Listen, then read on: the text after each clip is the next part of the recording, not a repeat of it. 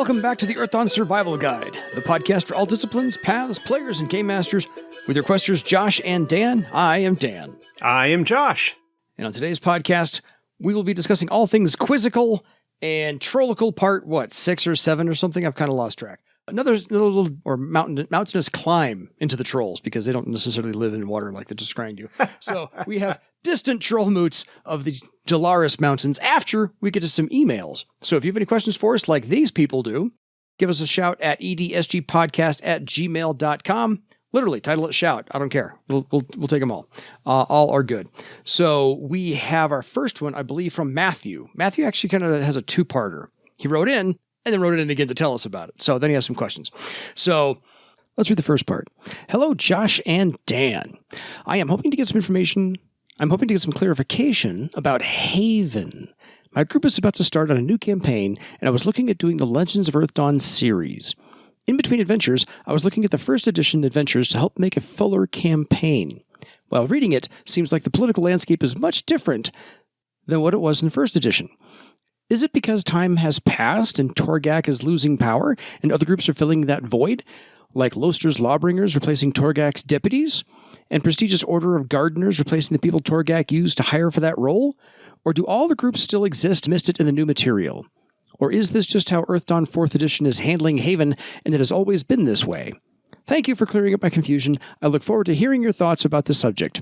I also look forward to sending in more questions as I read more. Follow-up. Hello to the both of you. I just got done reading the history section in Legends of Barsafe. All of my questions that I asked have been answered. And yet, even though my understanding is more, it brought up some new questions. The history gave me the impression that Loster's Lawbringers and Torgak's deputies do the same job. If this is so, who is the last word in law? Can they arrest each other? If one group is investigating a crime, does the other group stay out of their way? Is it like Bartertown, where one group patrols one section and the other group patrols the other section? I don't know that there's a specific answer to that, actually. That's a question, actually, that I probably should have sent to Kyle prior to this, but this email just arrived earlier today, so I haven't had a chance. My feeling would be that whatever seems to work best would probably be the way to go. And I realize that's not much of an answer, but broadly speaking, the adventuring companies that were introduced as part of the Legends of Barsafe campaign setup are newer groups that were introduced in part to have organizations that the player characters could work with and to provide some structure that the overall story could revolve around. But for the most part, the other factions and groups that were present in Haven are still there. Oh, the Delvers. The unaffiliated explorers, whatever their actual name is. The Loyal Order of Delvers, that's another one. Yeah, those groups are still there. I think you're right. The UAE, AUE, the Association of Unaffiliated Explorers, I think is what it's called. They're the ones that are not great. They're not fans of Torgax because the Loyal Order of Delvers are kind of his crew. That is another political aspect that is present in the community.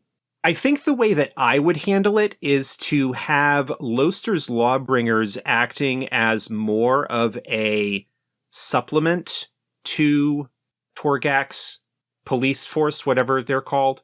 But you could also have it slanted that the presence of Loster's Lawbringers and the things that they are doing in Haven as kind of a patrol/police force type of thing is one of the reasons why Torgak's position is weakening or is being perceived as weak by some of the other organizations and factions within Haven. It's not a big focus of the campaign, at least the first half of it, but there is a sort of undercurrent and thread going on in the Legends of Barsafe campaign that is relating to the political situation within Haven and the possibility that depending on who they ally with and what information they give to which factions could result in a more drastic change when it comes to the future of the community. Because it is several years after the par-length box set, Torghak is even older, and it is getting to the point where really the questions of what shape is the community going to be looking at from a political standpoint in the not too distant future, and the various factions that are kind of jockeying and vying for positions of power within that community. I think whatever kind of situation you want to present will probably work out fine. Imagine a situation where Torghak's deputies and Loster's lawbringers maybe work together a little bit. I could also imagine situations where they each have their designated areas, and that border between them maybe have a source of friction, and it could be that they are a little bit more at loggerheads with each other. Yeah. I don't expect that there's really a lot of real investigatory stuff that's going on. The idea of police forces being detectives and whatnot is a relatively modern invention. And what you're looking at in the case of the deputies and Loster's lawbringers is really just, more of a city guard kind of keeping the peace, breaking up fights, driving off hazards, rather than your house got broken into and things were stolen. Well, let's check that out. I don't think that's something really that either of those factions are particularly interested in. But if there is a situation that one of them might investigate, I imagine that they would investigate it and mete out whatever justice or judgment that they deem necessary. I don't know, there's a lot of area and a lot of space that you could play with the political situation in Haven that really isn't explored in a whole lot of depth in terms of the adventures that are written for the first half of Legends of Barsave. Fair. All right, we got a couple emails from Nick. Now, if this name rings a bell to you, go check out your copy of the Vazgothia book, which you should have by now. Just saying. And we had him on the show a while back. Yes. Yes, we did. Nick was delightful. Hi, Dan and Josh. I just got through listening to the Giftbringer and Ubir episode. I loved it, especially because Giftbringer is my favorite horror to use, and I'm also a Stephen King fan. This is less a question and more a recommendation. As Josh said, King movies tend to be a mixed bag, but my absolute favorite is a film called Silver Bullet, an adaptation of a lesser-known King novelette graphic novel called The Cycle of the Werewolf. By the way, fantastic Bernie Wrightson and artwork in that if you don't own it. Yes. It's got a great cast, Gary Busey, Corey Haim, and Everett McGill. Maybe it's the nostalgia goggles, but I honestly love this film, and I recommend it to any Stephen King werewolf fan. Anyway, loving the horror and Trollmoot podcasts. Keep up the good work. Nick. Yeah, so the best Stephen King adaptations generally are from his shorter works, because they are easier to adapt to a film and not lose out a lot of stuff. Cycle of the Werewolf is, if I'm recalling correctly, was originally conceived as a calendar, that the pieces of art that go with each chapter of that story were supposed to be like the picture that goes with a month on a calendar, and then the story came along with them. But it is a relatively short piece. In a similar way that Stand By Me is a fantastic adaptation of The Body, which is a Stephen King novella. From Dance Macabre, the best Stephen King movie ever. Then you also have The Shawshank Redemption, which is an adaptation of Rita Hayworth in The Shawshank Redemption. And then you've also got The Green Mile, which is again adapted from a sort of relatively shorter King work. Yep. So, yeah, his shorter stuff does tend to end up as better adaptations. Yeah, agreed. But, yeah, The Cycle of the Werewolf is one of the lesser-known ones, and it is pretty cool. I don't actually remember whether I have a copy of that or not now offhand. Back to Nick. In addition to the last email I just sent, I do have a Giftbringer story. I ran a one-shot game for 3 of my players. The group were 10th Circle, Air Sailor, Beastmaster, and Wizard. I used Giftbringer for the story, and we had a great time with the whole investigation side of it. I had the group come across a town that had been destroyed by the horror before they came across another settlement where it had just started its MO. When the group finally confronted it, Giftbringer erupted into its true form and flew away. My plan was to have it retreat to a nearby vacant care, and the group would then need to track it down and kill it. This did not happen, however. The Wendling wizard in the group, played by my wife, Bex, seized upon this opportunity to cast the velocity spell at the horror. This caused a wound, and Giftbringer then failed his knockdown test, sending it plummeting back to the earth. The Beastmaster then leapt on top of the horror before it could recover, and proceeded to tunnel a hole through it with his claw frenzy talent, killing it in 1 round. Not the game I had planned, but to this day my players still talk about this moment fondly. Sometimes it's the story you didn't anticipate that creates the best memories. Nick. Wow. Knockdown step of 15. I just pulled up Giftbringer's stats there from first edition. In first edition, that is a D20 D6. So failing the roll is certainly not unexpected. Or I don't find that unbelievable. Especially with hypervelocity, which I seem to recall is a spell in first edition that did some pretty heinous damage. Yeah. Now I want to go look that up. Hold on. That was pretty sure in the companion. Nope. Oh, no, you know what? I bet it was in... Magic. No, I bet it... Well, Magic didn't really have much in the way of spells in it. I bet it was in Arcane Mysteries. Thank you. I always get those two confused. I always look up Magic first thinking the spells are in there and I book. Haven't retrained my brain, ever. No? Are you looking for hypervelocity or just velocity? Hypervelocity. Anyway, yes, great story, Nick. I think you might have mentioned that on the Discord as well, because I kind of remember that story. On to our distant Trollmoots section of this episode. We're going to talk about the Trollmoots that are found in the Delaris Mountains. So on your map, the Delaris Mountains are furthest to the west of the Twilight Peaks, literally over the Liage River, just a little bit north of the Twilight Peaks as well. South of the Liage jungle, as I get my map straight in my brain. So, Delaris Mountains actually comes from the elven words Delara, which means quiet and serene. So, it's the Delaris Mountains. These are the quiet mountains. The interesting thing, mountains, there are no bird calls you can hear. There are no echoes in the canyons.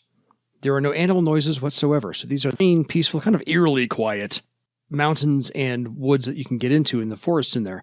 And if you have a party in there, you'll notice that the voices don't carry quite as far in the Delaris Mountains as they would anywhere else.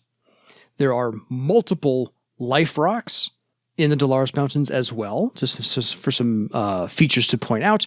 And this is where the Fellowship of Night is located. Somewhere in the Delaris Mountains. Game Masters, pick your point. Lock it down. Put it wherever you want. The other feature of the Delaris Mountains is that it is, according to legend, the location of the monastery/refuge that Elianar Messias, retreated to after he was banished from Wormwood prior to the Scourge, and where the Books of Harrow were allegedly located. So that's a nice little feature to put in there somewhere if you possibly can. So we've got 2 moots there. You want to start on the west or the east? How do you want to do Whichever this? one. I mean, let's take them in the order that they're in the book. I don't even remember how they are in the book anymore. The Rockhorns are the first ones listed. Right. I believe they are the ones that are on the eastern side, sort of the Delaris Mountains. You are correct, sir. I think the order that they put them in is kind of like westward expansion. So start in the east and work your way west, kind of like the founding of America. So yes, the Rockhorn Moot is on the eastern side. This is the more peaceful Moot than any of the Twilight Peak Moots, as we're going to find, because Twilight Peak Moots are, they're a thing. The Rockhorn Moot was founded before the Orichalcum Wars, and they have befriended the obsidimen in the area. So they've kind of merged those cultures together as well. Taking a cue from the obsidimen, they are more thoughtful, more peaceful, and they take more time, so they're not as quick to act. They do have an affinity. The Rockhorn Moot has an affinity for the earth spirits and the elemental. So a completely different take, again, on a troll moot, just not based in the Twilight Peaks. This is across the river and up a couple of slopes or so. They do raid northward into Jairus, and they also raid east into the Bloodlords and the Blackfangs, so that's going to be a fun time. And they raid south into Carafad, because, while you're there, why not? So, initial thoughts on the Rockhorn clan. When we get to these Delaris moots, there isn't as much information on them. They are not so much of a focus. Yeah. of the book. They are given a little bit less of a development than the other moots that we've talked about. But the Rockhorns have that close relationship with the obsidimen and the way that that influences their culture and the way that those two communities have sort of worked together over the centuries and sort of exchanged the various strengths, where the trolls would help protect the Liferocks and the rich elemental nodes and such that could be found there, while the obsidimen, more placid, thoughtful, meditative culture has kind of influenced and mellowed the raider style. And especially as we are getting further afield from the heart of Highland troll culture, the more that's sort of being modified. The interesting thing is that because of their relationship with the Liferock, with the obsidimen that are in their area, they actually have a pretty strong reaction to Thera's landing of the Triumph on Ayodhya. They took that one personally. Yeah, they are taking it sort of a little bit more personally, and Omasu and the Liferock Rebellion have sort of made overtures to them to work together. And so there is some pretty strong feelings, and in a way, the Rockhorns would be a moot that is more easily drawn into attacks on Theron supply lines or to help support the assault either on the Triumph or on Sky Point because of that relationship that they have with the obsidimen and how that affects them. There's kind of a parallel a little bit there with the Stoneclaws, who have that kind of strong, long-standing relation with the dwarves, and whose culture has been modified a little bit by the presence of another culture that has sort of melded with them over the course of centuries. So there's an interesting kind of idea going on there, and the melding or the diversifying of troll culture and the way that things can change as a result of various influences. Yeah, I love the fact that we get this dichotomy from I can say the smallest, but the second smallest race, dwarves, but most populous, mixed with the trolls in the Stoneclaws, as you said. And then the Rockhorn has merged, as you said, with the obsidimen, no S. And that also makes for just a broadening of the horizons for trolls. And so they've got these two different attitudes. And so they've got these kind of a dichotomous look from the Stoneclaws and then the Rockhorn across the river. So it's nicely done. The essays are very well done on both of these to broaden what you would think of as a traditional or non-traditional Trollmoot. And so I think it's just a nice thought experiment to flesh all these out the way that they've been done. So I see why Steve got, name on the front of the book. It's, well done, Steve. Yeah. One of the other sort of aspects of the Rockhorns is the presence of the Fellowship of Night within the Delaris Mountains.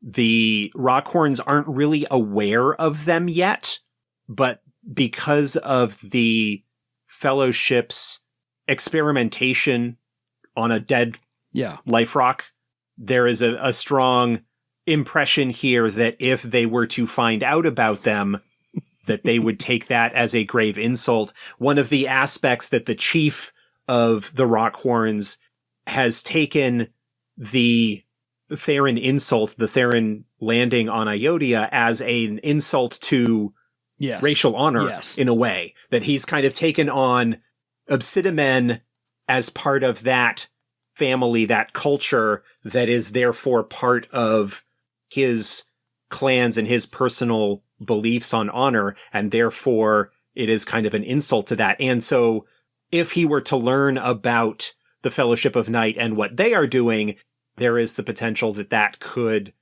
be a similar thing, and they are a lot more local, and he is a lot more likely to act against them in a way. And of course, that is compounded, and we talked a little bit about this when we did the Fellowship of Night episode back in our Secret Societies series, where the Therans are interested in dealing with the Fellowship of Night because the Fellowship of Night knows about Liferocks and magic related to Liferocks and stuff like that. And so the Therans are interested in what they might be able to learn from them because it might allow them to do even more to draw on the power of the Ayodhya Liferock to strengthen the Triumph. Meanwhile, Omasu and the Liferock Rebellion are also interested in perhaps dealing with the Fellowship of Night in order to learn what they know so that they could potentially liberate or free or communicate somehow with the Liferock that is trapped below the fortress. And everybody is kind of pussyfooting around the Rockhorns because they're not exactly sure how they will react to the knowledge of this community. And the one thing that's said is that probably the only way that the Rockhorns are likely to react positively to the Fellowship of Night is if the Fellowship of Night actually presents them a way to free the Liferock under the Triumph. And even then, that would likely be a strained relationship. But the situation with the Rockhorns and the Fellowship of Night is very clearly a source of stories or adventures that would connect with the broader threat and the broader story arc of the Theran presence at the Triumph and the Ayodhya Liferock and everything that's kind of connected with that. Whereas the other moots that we have talked about in the Twilight Peaks all have kind of connections. There's none that's quite as direct as this one. The broader arc of the Twilight Peaks moots is that there is interest to bring them on board to go against the Therans, and some of them have reasons to do that, but others don't really have any kind of strong connection to that at all. I feel like the Rockhorns have the strongest direct connection to that whole storyline and the adventure hooks that can kind of be hung off of that arc. I mean, I started off by saying the Rockhorns are more peaceful than these Twilight Peak moots, but that's kind of a low bar to clear. Yeah. So if they did find out about the Brotherhood of Night, what exactly would they do? So that this is kind of up to the leader, and the leader of the Rockhorn Moot is Cern Stonefriend Rockhorn, a 7th Circle Elementalist, who is also skilled as an air sailor and a warrior, but communes with earth and rock spirits. So yes, more peaceful than most Trollmoots in the Twilight Peaks. However, you gotta take this into account. Still a troll. Yes. And since he has the Brotherhood with the obsidimen in the area, I think they'd take that a little personally. So I have a feeling it would be at the edge of sword point or at the threat of a spell, a certain spell, where it would be, hey, Brotherhood of Night, free the Ayodhya Liferock and we'll let you live. And that's the only option you get. Because otherwise we'll do it without you. So I have a feeling that would be kind of the ultimatum there. But that's just me. The other elder in the Rockhorn Moot is Feldasar, the little elder of the Obsidian Brotherhood of the Greenstone Liferock. And the Greenstone Liferock is actually a gigantic mass of dark jade. Well, it resembles dark jade. It's not actually jade. Fair. But that's just what it looks like because, magic and stuff. Yes, but I'll take any dark jade jewelry y'all want to send me. I'm okay with that. But Feldasar, the Elder, is a 9th Circle warrior. So also, these two in charge of this Rockhorn Moot, nothing to sneeze at. Yes, and he is equally angry and upset about the situation with Ayodhya. In fact, Feldasar has visited Ayodhya himself, and it says that he'd even traveled the pilgrimage route. Yes. And so there is even a more personal connection to this whole situation. Mm-hmm. And that's just lovely toys to play with in the sandbox here, to Josh's point. You've got the Therans, and then you've got the other obsidimen with the Ayodhya, and then, all these things. Just, so lovely political maneuvering going on there, and some relationships that could easily be fleshed out with a lot of role-playing. So what we've done with the other moots as well in the Twilight Peaks is to let you know the Rockhorn Moot is made up of 16 clans, and the Rockhorn clan obviously leads them. So you get 15 other clans you can name as you wish and create to go along with all of these Rockhorns. And they only have 8 Drakars that are lightly armed. So they are not as, like I said, they still raid, but they're not quite as forceful and they're not quite as well equipped as the other Moots. They still get the job done, because as I said, they raid the Bloodlords and the Blackfangs. They make it work. Yeah. Any other thoughts on the Rockhorns? No, I think we've covered them pretty well. Yeah. It's not a huge write-up, but it's an interesting write-up. I think it's like one page shorter than everybody else, but it was one of those fascinating ideas to have the trolls literally take Rock Brother seriously, because that's what they always call obsidimen, as Rock Brothers, and actually be brothers in a chosen family to all the obsidimen in the area. So I think that was a fantastic idea. Well done, Steve. On to the western part as we keep moving further away from Thrall. The Sky Seeker Moot is the closest Moot to Skypoint in Vivane. And the Sky Seeker Moot, oddly enough, I think due to proximity, doesn't exactly hate the Therans. They seek to gain from exploiting the Therans, and so they do raid the Therans, airship travel during Skypoint and Vivane heyday. But the origins of the Skyseeker Moot are hunters, farmers, and traders. And so they were, I think, lowland trolls before they got to the highland trolls, and then kind of kept those ideas in mind. So they raid less. But they hunt, they farm, they trade. And they do have a thread to Thera's origins, because they were cursed to always seek what they could not find. And they are aided by the Fellowship of Night. So the monastery that Messias retreated to after being banished from Wormwood is located in Skyseeker territory. Mm-hmm. The Skyseekers had actually dealt with and traded with the monks and questors that resided there. They were devoted to Minbruges. Yeah. After learning of what Messias had found there, of the Books of Harrow, and recognizing sort of the value that they had, they started looking for other lost relics, other tomes of knowledge and things like that in order to profit themselves.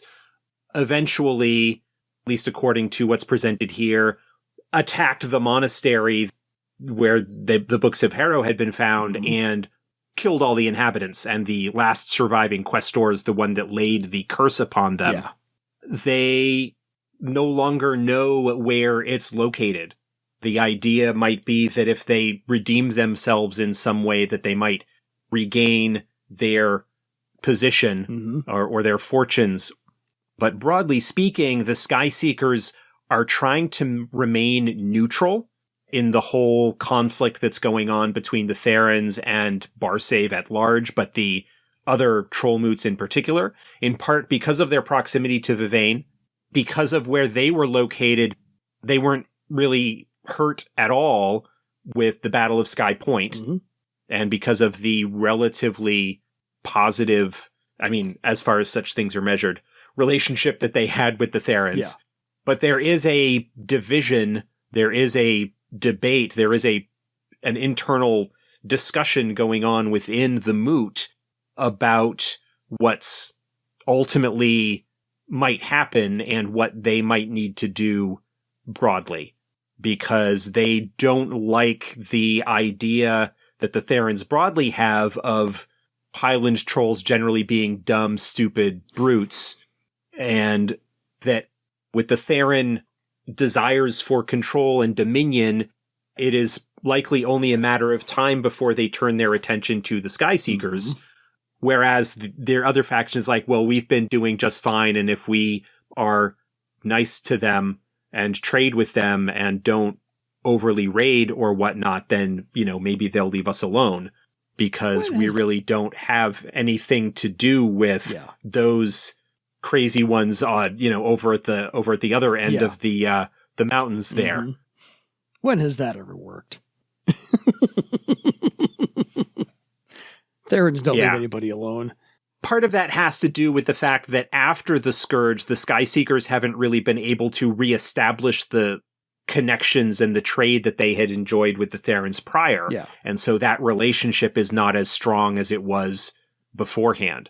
They did, like other Trollmoots, forego the actual rights of protection and passage. They did not take the Theran rights in that way. They hid away in their own mines and shelters and caves and whatnot. Yet another example of peoples and cultures that survived the Scourge without needing to shackle themselves, pun mildly intended, to the Therans. In some cases, that was fine. And in other cases, like Bloodwood, it did not go so well. Different methods had different outcomes.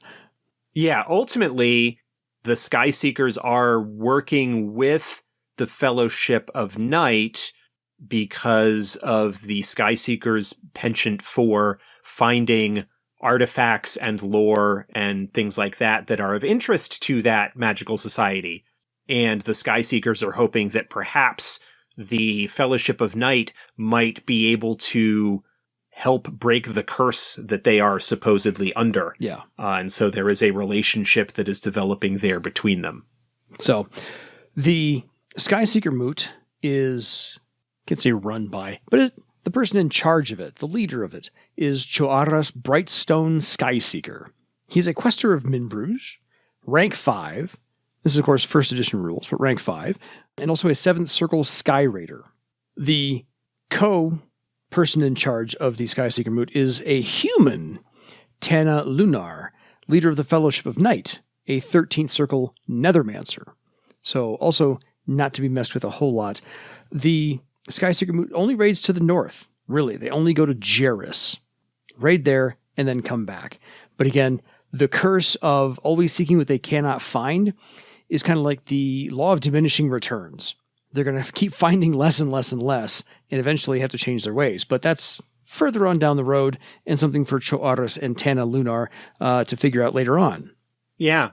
Ultimately, with Cho'aras being a quester of Minbruges, he has been petitioning his patron Passion to find out how they might be able to redeem themselves, and has been getting cryptic visions and whatnot, but basically has come to believe that if they can find the monastery and rebuild it and rededicate it, that might reverse their fortunes in some way. And that is sort of the adventure hook, the adventure idea that is presented in this chapter as well, that maybe player characters, either in the course of dealing with the Fellowship of Night or trying to bring the Skyseekers on board as an ally in the coming war against the Therans. Again, this is talking about the post-Triumph, pre-Second War, that perhaps they could bring the Skyseekers or gain them as an ally by helping them resolve this curse or to locate the monastery. Yeah. And the monastery itself, even if you are not necessarily looking at a particular Skyseeker redemption arc, especially if you're looking at something that's post-Second War, you could say that perhaps the Skyseekers have not yet found what they're looking for. They haven't yet achieved it. That monastery, that location would be an incredible find for anybody as a historical site, as a legendary location. Just simply having that be the focus or goal of an arc or adventure where a player character group would need to end up in that area, and therefore dealing with the Skyseekers and the Fellowship of Night and the various things that are going on in the Delaris Mountains, just kind of gives you a situation to put them into. And we haven't really broken down or detailed any of the post-Second War situation in terms of how things might have changed, but that would be something that you could consider in terms of the relationship between the various moots and things that might have happened for a group that might be trying to track down this truly legendary locale. Fair. I'm just curious what the 4th edition update would be to the Skyseeker Moot, since they primarily worked on the air traffic from Skypoint and Vivane. That's kind of what half of the rating is. Aside from Jairus, the other half would be from Skypoint. So since Skypoint and Vivane is no more in 4th edition, updated the timeline, I'm kind of curious how this would affect the Skyseeker Moot, but that's me. There are a couple of different ways that you could spin that. I haven't given it a whole lot of thought, but with that mention, there are a couple of possibilities. None of this is official. Yeah, none of this is official. We're spitballing. I see two different ways it could go with justifications either way. Option number one is with the loss of Vivane and Skypoint as a stronghold for Theran military might, it means that that area is a lot less well protected. Mm-hmm. And so therefore could actually be a little bit better raiding grounds for the Skyseekers. Because there are still people that live in the ruins of Vivane. Mm-hmm. There are still communities and things like that within that area, some of which is described in Empty Thrones, because some of what's going on there with that does deal with some of the Theron troops and forces that are still present in the region. Yeah. But it could be that the lack of a strong, definitive Theron military presence at Sky Point means that it's a lot easier, not only for the Skyseekers, but for other Trollmoots, maybe to range a little bit farther afield where Carafad is not quite as nice a hunting ground as it might have been in the past, where Carafad is a little bit of a stronger nation. That area, Landis and the Vivane and Sky Point area, could be an area that actually is pretty attractive to the Delaris Moots as well as the Western Twilight Peaks. Mm-hmm. That's one option as an area where they could have increased their activity and their ability to plunder because there is not the strong Theron fleet there that could potentially cause them problems. The other option, of course, being that because there is not the strong Theron presence there, there is not as much trade activity, there is not as much caravans and merchant groups and things like that that are traveling the area, and thus the pickings might have reduced, which might make those moots that would be looking at that area come into greater conflict as there are fewer resources for them to draw on in terms of successful raids and whatnot. You could go either way, and I think the way that you would choose would ultimately depend on what kind of story and what sort of mood you were trying to set for that. Mm-hmm. I think those are both equally valid, and I'm kind of curious to see eventually when you get there. For those of you listening at home, you can't see my face right now, but it is a weary face. It is also a gigantic eye roll at me going, yeah, put it on the list. So I have not made any secret of the fact that a revisited Skypoint / Vivane setting book to explore the changes to that area is on the list of things to get done. Is on the list of things that I would like to do, but we've got a Europa book to finish. We've got other stuff that is on the plate there. You can sort of see the basic framework of the stuff that I had in mind in the updates that I wrote for that area in the 4th edition GM's Guide. Yeah. But here is the situation as I see it post-war, and there's a lot of potential hooks and situations that could be going on there. Totally. So any further thoughts on these two moots? I think they are a nice broadening of the idea of what a troll moot could be. And one is location-based, Skyseeker, and their relationship to the Therons. And the other one is more relationship-based with the obsidimen, the Rockhorns. And I think these are, again, two more lovely facets of what a troll moot could possibly be. Now that we've, 8 of them in so far? 6 of them in? I don't know. I've lost count. Yeah, and all of them, while they are in some ways recognizably Highland troll culture, they are all different takes and approaches based on the personalities of the leadership involved, based on the historical circumstances that they developed in and around. Again, breaking up that monoculture. Yeah. In the way that the Carafad book likewise gives a little bit more diversity and richness to what is broadly the sort of nomadic horse clans, so to speak, of the Orcish tribes, as well as the so-called city orcs that are settling in Wurchaz and causing tensions like that in that area. Yeah. It's really interesting. We got a similar kind of thing with the Serpent River houses, a diversity of Tiskrang, that they're, again, all kind of recognizable as different aspects of this same broader culture. The elves, we have to look a little bit farther afield to get that variety with the elves, because for the most part, we had the Bloodwood, and it's not until we explored and sort of gave greater definition to Shosara and the Western Kingdoms and Seriatha that we start to see a little bit of a diversity there and less of a monoculture. Thrall has its own sort of internal divisions. It is Thrallic culture, but there are political divisions and attitudes. The humans have never been a major part of the overall story arc. Yeah. There are different human ethnic groups, different human subcultures that exist that are described in the human chapter of the Denizens of Earthdawn book from first edition. Yes. But they're not anything that has ever been extensively explored beyond what's there, in part because there has not been an overarching or significant human political structure, political power. Landis, which was the sort of the human kingdom prior to the Scourge, collapsed. Yeah. And while there are a number of humans in that area still, it is a faded kingdom, and there's no strong presence the way that you have with the different Aropagoi or the Moots and the Troll. Yeah.